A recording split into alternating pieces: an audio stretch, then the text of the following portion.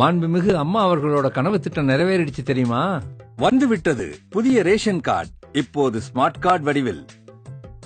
என்னங்க, இந்த ஸ்மார்ட் கார்டை எப்படி வாங்குறதுங்க? இதோ என் கையில இருந்து வாங்கினே அப்படிதான். விளையாடாம விஷயத்த சொல்லுங்க. இந்த ஸ்மார்ட் கார்டை வாங்குறதுக்கு நம்ம ஆதார் எண்ணும் நம்மளோட மொபைல் எண்ணும் அவசியம்.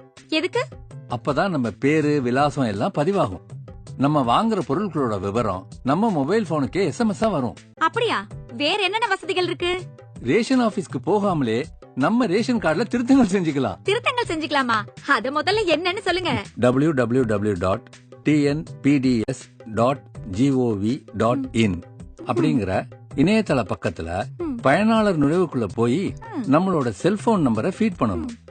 உடனே நம்ம செல்போன் நம்பருக்கு 7 எண்கள் கொண்ட ஓடிபி வரும், அதாவது ஒன் டைம் பாஸ்வேர்ட். அத நாம என்டர் பண்ணோம்னா நம்ம கம்ப்யூட்டர்லயே நம்ம ரேஷன் கார்டு ஓபன் ஆயிடும்.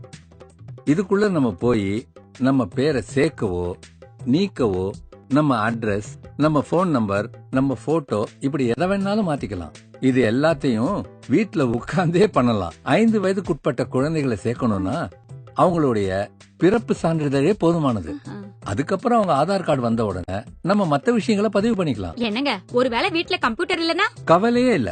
நம்ம ஸ்மார்ட் போன்ல TNEPDS அப்படிங்கிற மொபைல் ஆப்பை டவுன்லோட் பண்ணிட்டா போதும். ரேஷன் ஆபீஸ்க்கு போக தேவையே இல்ல. அப்ப ஸ்மார்ட் போன் இல்லனா முடியாதா? முடியும். அரசு இ-சேவை மையங்கள்ல போய் பண்ணிக்கலாம். அது மட்டும் இல்ல, நம்ம மொபைல் போன்ல PDS ஸ்பேஸ் 101 டைப் பண்ணி 9980904040ங்கிற நம்பருக்கு SMS அனுப்பிச்சா இன்னைக்கு ரேஷன் கடையில என்னென்ன பொருள்கள் இருக்குங்கிற லிஸ்ட் நம்ம போனுக்கே SMS வந்துரும். இது கூட நல்லா இருக்கே.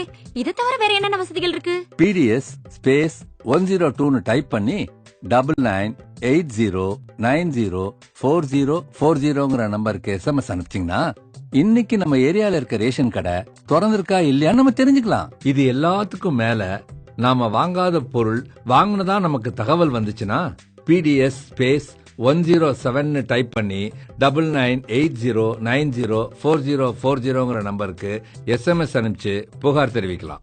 அது மட்டும் இல்லாம 1967 அப்படிங்கிற கட்டணமில்லா தொலைபேசி எண்ணுக்கும் நாம போன் செஞ்சு நம்ம புகாரை தெரிவிக்கலாம். மாண்புமிகு அம்மா அவர்களோட கனவு திட்டம் இது மாதிரியே ஒவ்வொன்னா நிறைவேறிடும்.